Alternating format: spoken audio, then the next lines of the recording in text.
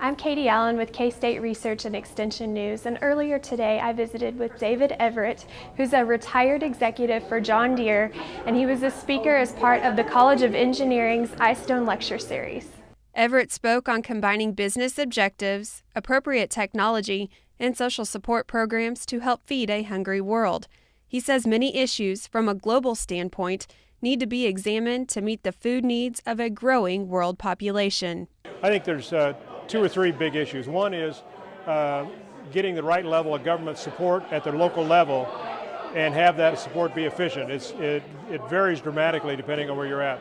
The second issue is making sure that we are working on the right things in the right areas. So for example, helping Brazil figure out how to develop agriculture is not worthwhile because they are doing such a great job. Helping Africa figure out is a great job. And the third thing is getting groups to collaborate and work more effectively in terms of bringing each of their own roles and responsibilities and work together. We don't do that very well, and I think that's a huge opportunity because nobody knows to take the lead. Increased globalization has been a large factor in feeding the world. Everitt says when people have more income, they spend it on more expensive foods and protein sources. You know, if you think about what happened in the late 1980s, early 1990s, a whole bunch of the world, in fact most of the population of the world, joined the free flow of access of information and technology and wealth. And so an individual in India or Russia or China who was subsisting on pennies a day now suddenly has $1 a day or $2 a day to spend on food. And like you and me, they want to have a better diet. More money allows them to spend more on a diet, and that increase from say 50 cents to $1.50 a day.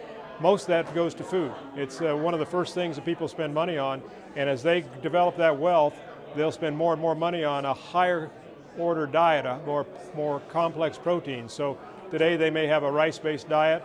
They'd like to have a chicken-based diet. That takes 3 times as much grain. So the globalization increases demand exponentially, not just arithmetically. Globalization, from Everitt's perspective, has also changed ag production. If you think about prior to 1999, most agriculture production in the world was managed through government subsidies.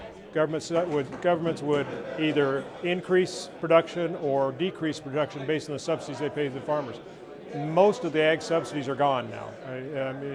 And so farmers are now responding to the raw supply and demand in a more of a demand pull environment. And so as the economy in China improves, demand for food goes up, and you'll see the increased demand in commodities to support that. When developing countries strive to grow economically, the focus might be on growing manufacturing rather than growing ag production, which is a big challenge. And I'd go to a country in Africa, and you'd meet with the president of the country, and what he wanted was a John Deere tractor factory, because they look at John Deere tractor factories and they see in a concentrated area a number of jobs, suppliers to make that factory, and what they don't understand is that tractor factory may generate, say, 100 jobs. If they would apply that value to developing agriculture, you have farmers, seed producers, agricultural equipment dealers, food processors, and the same amount of investment might generate 3 or 4 times the amount in the economic development. But it's in small pieces, and politicians like to see immediate returns for their investment.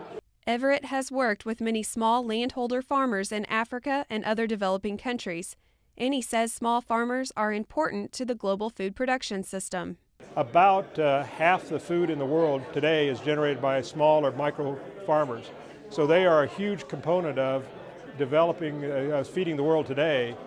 They've got to be part of the game tomorrow to be successful, and we need to increase their productivity just as well as we do the large-scale farmers. Companies like John Deere, Monsanto, DuPont could do a better job of coordinating and collaborating there and going in the ground under the auspices of someplace like USAID or other State Department programs. And we just need to be identifying ways to help that process.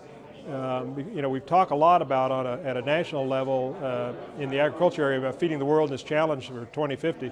Not many people talk about where it needs to happen, and I think that's a real challenge. Not only do farmers worldwide need the latest ag technologies and tools to succeed, but they also need education, and that education must be sustainable. Getting the farmer to provide the right kind of maintenance for his tractor or his combine so it's ready to go at the right time of the year. We do that automatically. We know how to do that. They don't think about that. They park the tractor and may not use it for 6 months or 8 months out of the year, and then when they go to use it, it doesn't work and it sits there. So part of the training is how do you sustain your effort on an annual basis with maintenance and support, and I think that's part of the training process. The other part of the training process that's really important for these individuals is how to manage money. So we're going to loan them the money to buy something. They have to pay us back. If they don't, we take the equipment back. That's a bad experience. So what we want to do is have individuals that learn how to understand what the issues of finance are, how do you buy money, what is interest rate, why is it a good thing, because in some cultures interest is a bad thing, and then how do you manage your business to be able to generate the money you need to make that investment? And people typically don't have that background. Everitt, a K-State graduate in industrial engineering and a native of Concordia, Kansas, says he is optimistic about the agricultural research and development going on at land-grant universities like Kansas State. A lot of research and development that has to go on relative to diseases, crop diseases. I mean, unfortunately, as we advance through time, you get different disease issues that manifest itself. So all that level has to be improved on, because if you increase the density of plantings, disease takes root faster. And so there's a lot of basic research that has to continue and to be developed. I think the challenge is getting the research focused on the right attributes to match where we need it, rather than just something of general interest. But I have to say, the individuals I've met today in conversations, there's some very exciting stuff going on here at the university relative to that kind of research and development. I'm very encouraged. Reporting for K-State Research and Extension News, I'm Katie Allen.